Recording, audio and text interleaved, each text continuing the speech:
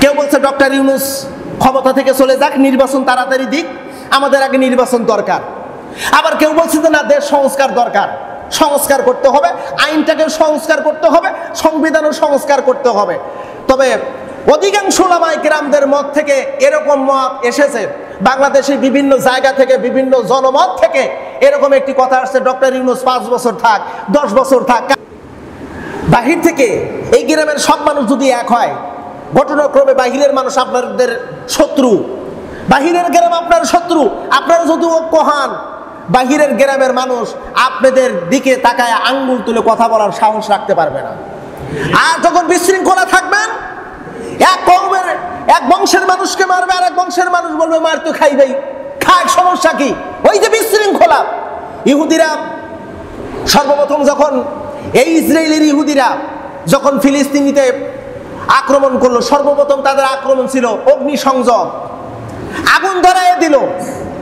ইসরায়েলের মনে করছিল যে আমরা আগুন ধরায় দিলাম ফিলিস্তিনের মুসলমানদের বাড়ি ঘরে, নিঃসন্দেহে আমাদের উপর আক্রমণ করবে ইরাক, আমাদের উপর আক্রমণ করবে ইরান, আমাদের উপর আক্রমণ করবে মিশর, আমাদের উপর আক্রমণ করবে জর্দান, আমাদের উপর আক্রমণ করবে আরব আমিরাত সহ আরব কান্ট্রির বহির্বিশ্বের মুসলমানরা, ইসলামিক রাষ্ট্ররা, ইসলামিক রাষ্ট্রের বড় বড় শক্তিগুলো আমাদের উপর আক্রমণ করবে। ওরা ভয় পেয়েছিল। ভয় পাওয়ার পরে ওরা কয়েকদিন নীরবতা পালন করেছিল। নীরবতা পালন করে দেখলো যে না, ইরাক, ইরান, মিশর, আরব আমিরাত, সৌদি আরব, এমনকি বহির্বিশ্বের কোনো মুসলিম রাষ্ট্র থেকে কোনো প্রকার প্রতিক্রিয়া হলো না। তখন বলল এবার সুযোগ পাইছি, ফিলিস্তিন আমাদের দখল করতে হবে, বাইতুল আকসা আমাদেরকে দখল করতে হবে। তারা লেগে গেছে, মরণ পরণ যুদ্ধে লেগে গেছে, মুসলমানদেরকে এত কষ্ট দিচ্ছে। ওই মুসলমান কিয়ামতের ময়দানে যদি রবের কাছে যদি মামলা দেয়, গোটা বিশ্বের মুসলমানেরা ওই মামলা থেকে মুক্তি পাওয়ার মতন উপায় নাই, কোনো উপায় নাই। আপনি মনে করতেছেন আমি নামাজ কালাম করতেছি, আমি হজ করেছি, আমি তো ইবাদত বন্দেগী করতেছি, আল্লাহ বুঝি আমাকে ছাড় দেবে। আল্লাহ বলে না, কু আনফুসাকুম ওয়া আহলিকুম নার, তুমি নিজে বাঁচো, তোমার আহল পরিবারদেরকে বাঁচাও। মুসলমানদের আহল পরিবার হলো গোটা বিশ্ব, মুসলমানদের আহল পরিবার হলো গোটা বিশ্বের মুসলমান, হলো আমার পরিবার, আমার আহল। এখন আমি নিজে বাঁচলাম স্বাধীনতার সাথে, আমি উন্মুক্তভাবে জীবনযাপন করলাম, আর আমার আর একজন মুসলমান ভাই, আর একটু গোষ্ঠী মুসলিম ভাই, আর একটা রাষ্ট্রের মুসলমান ভাই, তারা কষ্টের মধ্যে আছে, তারা কষ্টের মধ্যে দিন যাপন করতেছে, অন্যায়ভাবে তারা জুলুমের শিকার হচ্ছে। ওই জায়গায় আমি আপনি কি করলাম? প্রিয় বন্ধুরা, আমরা এখনো নিজেদেরকে একটু সংশোধন করে নেই, এখনো সংশোধন করে নেই। আপনাদেরকে একটু প্রশ্ন করি, আপনারা একটু চিন্তা ভাবনা করে জবাব দিবেন। আচ্ছা বলুন তো, আগে দেশ দরকার নাকি আগে নামাজ দরকার? দুই একজন বললেন, আর বাদ বাকি সব চুপচাপ করে আছেন। আগে দেশ ঠিক রাখা দরকার নাকি আগে আমার নামাজ দরকার? প্রিয় নবী সাল্লাল্লাহু আলাইহি ওয়াসাল্লাম যুদ্ধের ময়দানে গেছেন, বর্ণনা আসছে রাসূল জোহরের নামাজ, আসরের নামাজ, মাগরিবের নামাজ, 3 ওয়াক্ত নামাজ কাজা করেছেন যুদ্ধের ময়দানে। কেন করেছেন? নামাজ তো তাৎক্ষণিকভাবে ফরজ, কিন্তু রাসূল বিলম্ব করে পড়লেন কেন? কারণ ওই যুদ্ধটা ছিল ঈমান রক্ষার যুদ্ধ, ওই যুদ্ধটা ছিল মুসলমানদের হারার যুদ্ধ অথবা বিজয়ের যুদ্ধ, ওই যুদ্ধটা ছিল মুসলমানদের বিজয়ের যুদ্ধ। ওই যুদ্ধে যদি নামাজ পড়তে গিয়ে যদি যুদ্ধের মুসলমানদের পরাজয় হয়, নামাজ যুদ্ধের পরেও আদায় করা যাবে, বিজয় হওয়ার পরেও আদায় করা যাবে, কিন্তু পরাজয় যদি একবার হয়ে যায়, দ্বিতীয়বার নামাজ পড়ার কোনো সুযোগ থাকবে না। আর দেশ রক্ষা করা দরকার। আজকে আমাদের দেশের যে বর্তমান পরিবেশ পরিস্থিতি দাঁড়িয়েছে, দেশটাকে নৈরাজ্যের দিকে ঠেলে দেওয়ার জন্য এক দল উঠে পড়ে লেগেছে। আমরা লক্ষ্য করে দেখেছি, জুলাইয়ের অভ্যুত্থানে, ছাত্রদের বিপ্লবে আমরা একটি স্বাধীন রাষ্ট্র পেয়েছি। অনেকে মনে করতে পারেন যে হুজুর এই সমস্ত কথা আমাদের বলার কোনো প্রয়োজন নাই, আপনি যদি বলেন আমি মনে করবো আপনার মতন বোকা মানুষ এখনো আর নেই। আমরা ভারতের আগ্রা শাসন থেকে মুক্ত হয়েছি, এই দেশটাকে আমরা এখন নির্বিচ্ছিন্ন, আমরা একটা স্বাধীন পেয়েছি, স্বাধীনতা পেয়েছি। ৭১-এর স্বাধীনতাকে আমরা অস্বীকার করি না, সে স্বাধীনতাকে আমরা রেসপেক্ট করি, আমরা সম্মান জানাই। ৭১-এর সময় যারা রক্ত দিয়েছে, জীবন দিয়েছে, তাদের জন্য আমরা দোয়া করি। তবে ছাত্ররা রক্ত দিয়ে, জীবন দিয়ে তাদের আন্দোলনে নতুন করে ২৪-এর যে স্বাধীনতা দিয়েছে, এই স্বাধীনতাটাই হলো আমাদের সবচেয়ে বড় পাওয়া। এই স্বাধীনতাটা হলো আমাদের সবচেয়ে বড় পাওয়া। কেমন বড় পাওয়া দেখেন, আমরা আমাদের বাক স্বাধীনতা ফিরে পেয়েছি, বাক স্বাধীনতা ফিরে পেয়েছি, আমাদের কর্ম স্বাধীনতা ফিরে পেয়েছি, আমাদের চিন্তা স্বাধীনতা ফিরে পেয়েছি। এমনকি আগামীর বাংলায় ইসলামিক রাষ্ট্র গঠন করার একটা সবচেয়ে বড় স্বাধীনতা পেয়েছি। প্রিয় বন্ধুরা, আজকে আমাদের যেইটা করণীয়, সমাজ থেকে শুরু করে তৃণমূল পর্যায় থেকে শুরু করে অন্যায় রাহাজানি যেন না হয়, সেই দিক দিয়ে আমাদের অবশ্যই সচেতনতার সাথে আমাদেরকে থাকতে হবে। অন্যায় রাহাজানি যেন না হয়। আমরা যেটা একটা জরিপে দেখলাম, নির্বাচন দরকার, বাংলাদেশের নির্বাচন দরকার। আমার দেশের কোরআন নামক একটা সংবিধান, এটা কিন্তু একটি সংবিধান। জোরবেন এর নাম কি? একটু জবান খুলে বলেন, এর নাম কি? এর নাম হলো সংবিধান। এই সংবিধান দিয়ে রাষ্ট্র একটাবার হলেও পরিচালনা করা দরকার।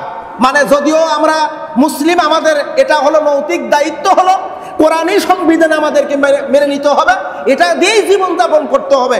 কিন্তু বিগত 54টি বছর এই কোরআনের সংবিধান পার্লামেন্টে ছিল না, পার্লামেন্টে ছিল না। ব্রিটিশ সংবিধান দিয়ে পার্লামেন্ট পরিচালিত হয়েছে, আমরাও পরিচালিত হয়েছি। ব্রিটিশ সংবিধান, আমি যদি আপনাদেরকে 3টে প্রশ্ন করি, জবাব দিতে পারবেন না, জবাব দিতে পারবেন। আমরা নিজেদেরকে মুমিন দাবি করি, মুমিন দাবি করি, এটা দাবি করাটাই আমাদের উচিত, দাবি করব। কিন্তু দাবি করলে কি হবে? আদৌ আমরা মুমিন আছি কিনা? সারা জীবন ব্রিটিশের আইন দিয়ে নিজেদেরকে পরিচালিত করেছি, কেমনে আমি নিজেকে মুমিন বলে দাবি করতে পারি? কেমনে আপনি দাবি করতে পারেন? তবে আমাদের এটা একান্ত ইচ্ছা, বাংলাদেশের 92% মুসলমান, সব মুসলমান যদি চায় বাংলাদেশে কোরআনী সংবিধান হোক, তাহলেই তো সম্ভব, নাকি মনে করেন আপনারা? তবে সব দরকার নাই। 30% লোক যদি দাবি করে, 30% লোক যদি দাবি করে বাংলাদেশে কোরআনের সংবিধান হোক, আর সেই লক্ষ্যে যদি সিল মারে, ইসলামিক একটা দলকে যদি সাপোর্ট করে, ইসলামী দল যদি ওখানে যায়, তবেই কেবল সম্ভব কোরআনের সংবিধান বাস্তবায়ন হবে। কেউ বলছে ডক্টর ইউনূস ক্ষমতা থেকে চলে যাক, নির্বাচন তাড়াতাড়ি দিক, আমাদের আগে নির্বাচন দরকার।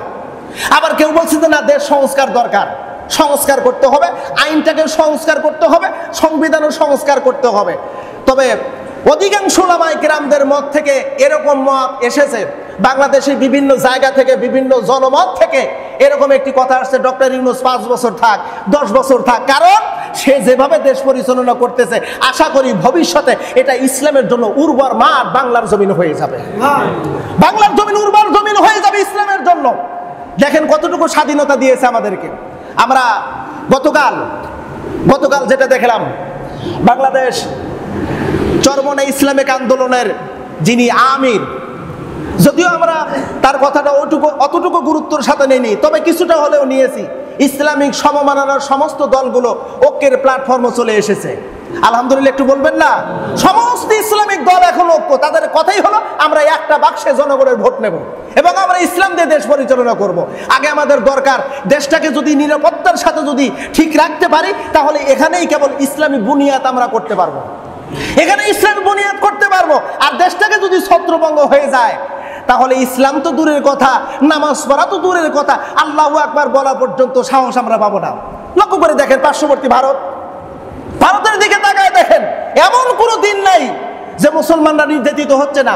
গরু জবাই করার কারণেও সে নির্যাতিত হচ্ছে, নামাজ পড়ার কারণে নির্যাতিত হচ্ছে। গত সপ্তাহে ভারতের একটি বিল পাশ করা হয়েছে, যেই বিলটি মুসলমানদের জন্য মারাত্মক ক্ষতিকারক। ভারতের যতগুলো মসজিদের জায়গা আছে, সেই জায়গায় মসজিদ কমিটির মধ্যে হিন্দুদেরকে রাখতে হবে। এটা আইনিভাবে, আইনি প্রক্রিয়াভাবে তারা বিল পাশ করে নিয়েছে।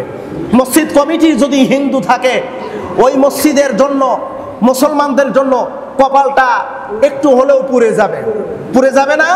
অবশ্যই পুড়ে যাবে। প্রিয় বন্ধুরা, আসুন আমরা নিজেরা হিংসা বিদ্বেষ ফেলে দেই, আমাদের ভিতর ব্যক্তিগত কলহ ছেড়ে দেই না। আমরা এই কথাটা আমি অনেকবার বলেছি, একটু ছাড় দেন, আল্লাহ আপনাকে অনেক উপরে নিয়ে যাবে।